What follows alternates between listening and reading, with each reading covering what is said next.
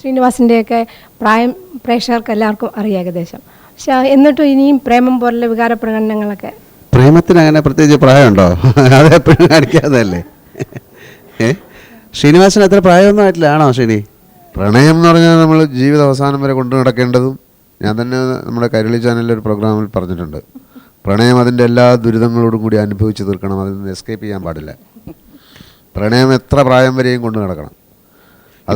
അത് ജീവിതത്തിൽ വലിയ കാര്യങ്ങൾ ചെയ്യാൻ നമുക്ക് പ്രചോദനം തരും. നമ്മൾ ജീവിച്ചുകൊണ്ടിരിക്കുന്നു എന്ന് നമ്മളെ എപ്പോഴും ഓർമ്മിപ്പിക്കുന്നത് പ്രണയമാണെന്ന് പറയും.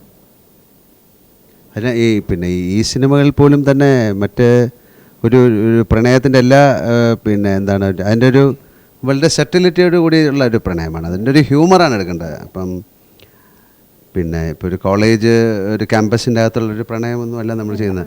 പിന്നെ എനിക്ക് എനിക്ക് 42 വയസ്സായി. 40 വയസ്സിന് ശേഷമാണ് ശരിക്കും നല്ല പ്രണയം ആരംഭിക്കുന്നതെന്ന് തോന്നുന്നു.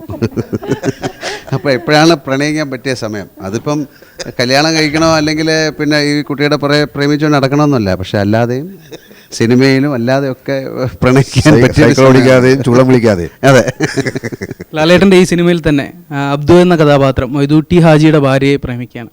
അതായത് ഒരു സമയത്ത് പ്രേമിക്കുകയും പിന്നീട് സാഹചര്യങ്ങളുടെ സമ്മർദ്ദം മൂലം മറ്റൊരാളുടെ ഭാര്യയാവുകയും ചെയ്ത ഒരു പെൺകുട്ടി തിരിച്ച് അവളെ നേടിയെടുക്കാൻ വേണ്ടി ഒരു യുദ്ധം തന്നെ നടത്തുകയാണ്, പല പരിപാടികൾ നടത്തുകയാണ്. അപ്പോൾ what is your concept about love? ഇപ്പോൾ പ്രേമിച്ച പെണ്ണ് മറ്റൊരാളെ കല്യാണം കഴിച്ചാലും താങ്കൾ ഹോണ്ട് ചെയ്തുകൊണ്ടിരിക്കും? അല്ല, അതിപ്പോൾ ഒരു റിയാലിറ്റിയിലേക്ക് വരുമ്പോഴല്ലേ നമ്മളിതൊരു സിനിമയും പൊതുവേ ജനറലി നമ്മൾ ചോദിക്കുകയാണെന്നുണ്ടെങ്കിൽ എന്താണ് അതിനെക്കുറിച്ച് ഐഡിയൽ ആയിട്ടുള്ള ഒരു ഒപ്പീനിയൻ എന്താണ് അതിനെക്കുറിച്ച്?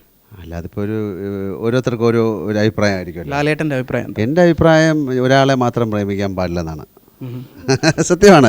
പ്രേമിച്ച പെൺകുട്ടി വേറെ ആളെ കല്യാണം കഴിച്ചു പോയാൽ വേറെ ആളെ പ്രേമിക്കാൻ ശ്രമിക്കുക. ഒരു പ്രേമം പരാജയപ്പെട്ട അങ്ങനെ ഒരു പരാജയം കൊണ്ടായിരിക്കുമല്ലോ അടുത്ത ഒരു ഇതിൻ്റെ തുടക്കം ഉണ്ടാകുന്നത്. അപ്പോൾ ഒരു സിനിമ മോശമായി കഴിഞ്ഞാൽ നമ്മൾ പറയില്ല അടുത്ത സിനിമയിൽ ശരിയാക്കാമെന്ന് പറയുന്നത്. ഒരു കഥ മോശമായാൽ അടുത്ത കഥ എന്ന് പറഞ്ഞാൽ അങ്ങനെ പ്രണയിച്ച ഒരു കുട്ടി വേറെ ആളെ കല്യാണം കഴിക്കുകയാണെങ്കിൽ ഇപ്പോൾ പണ്ട് നമ്മൾ തമാശ പറയും, ഒന്നുകിൽ വിജയം അല്ലെങ്കിൽ അവളുടെ അനിയത്തി.